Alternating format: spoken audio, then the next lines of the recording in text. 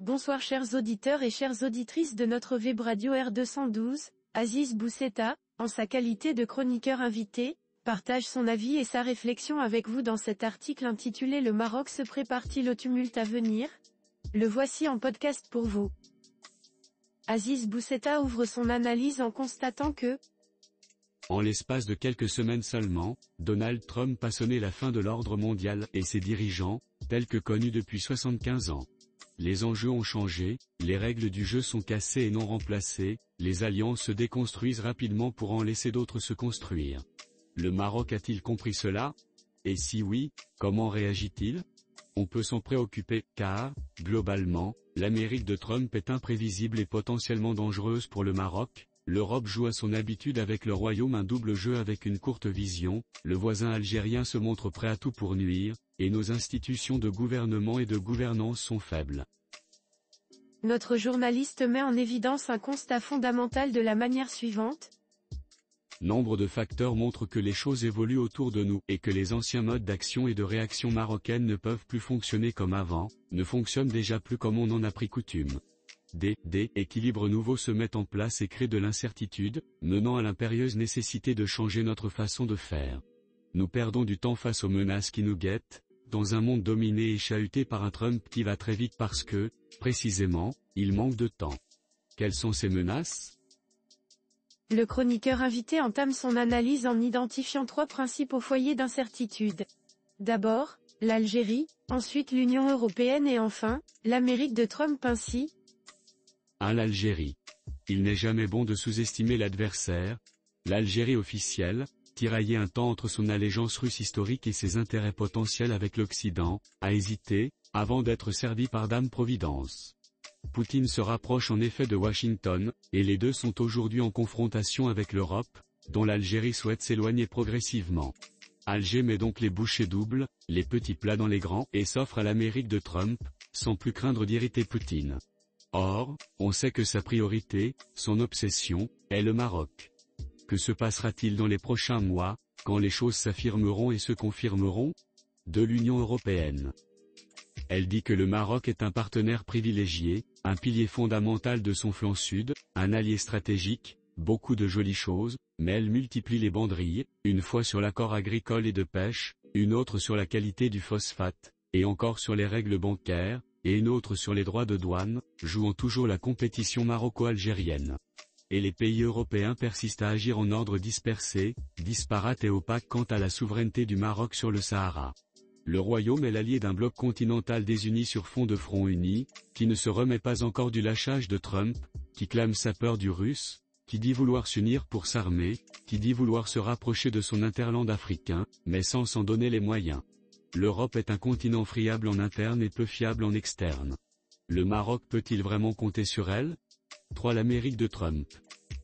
En 2020, au dernier quart d'heure de son premier mandat, le milliardaire new-yorkais avait scellé l'accord tripartite Maroc-États-Unis-Israël, reconnaissant la souveraineté du Maroc sur l'ensemble de son territoire. Cela fait 4 ans et demi, beaucoup pour un homme qui change d'avis en 48 heures.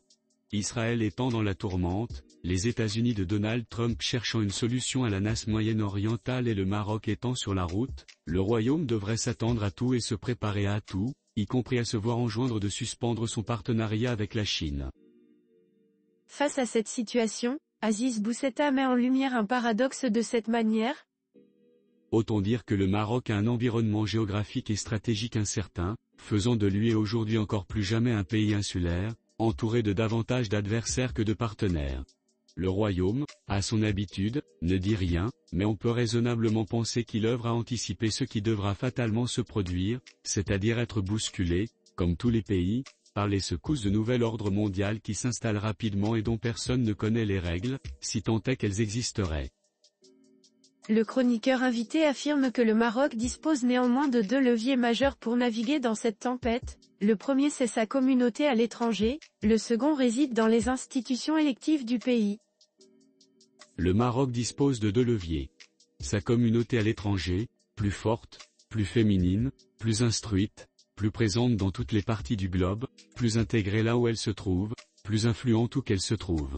le roi avait demandé par 2 fois au gouvernement de mettre en place de nouveaux mécanismes de relation avec cette communauté et de gestion de ses 6 millions de membres, mais à aujourd'hui, rien de probant n'a été fait.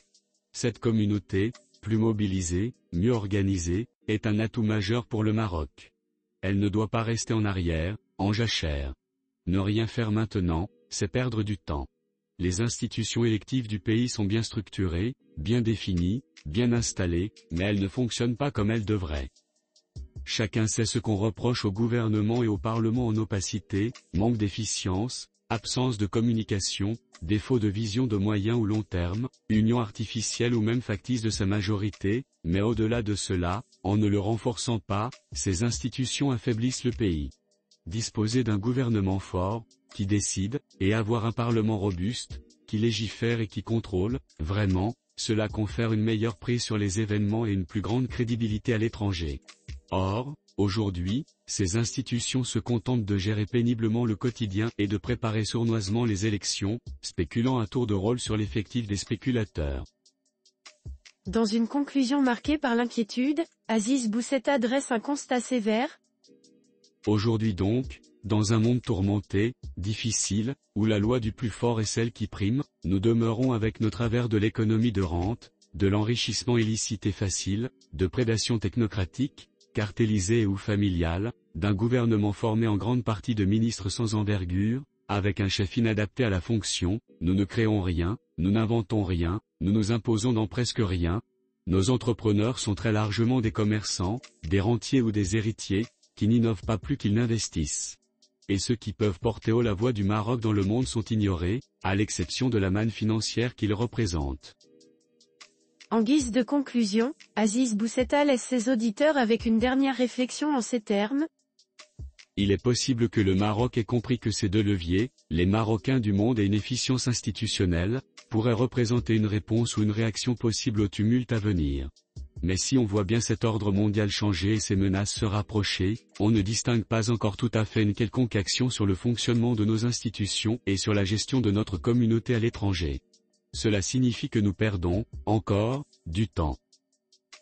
Chers auditeurs et chères auditrices de la Web Radio R212, merci d'avoir été à l'écoute de ce podcast et d'avoir partagé avec nous ce moment de réflexion. Votre présence et votre fidélité sont notre plus belle récompense. On se dit à très bientôt, si vous le voulez bien. Avec toute notre gratitude, l'équipe de R212.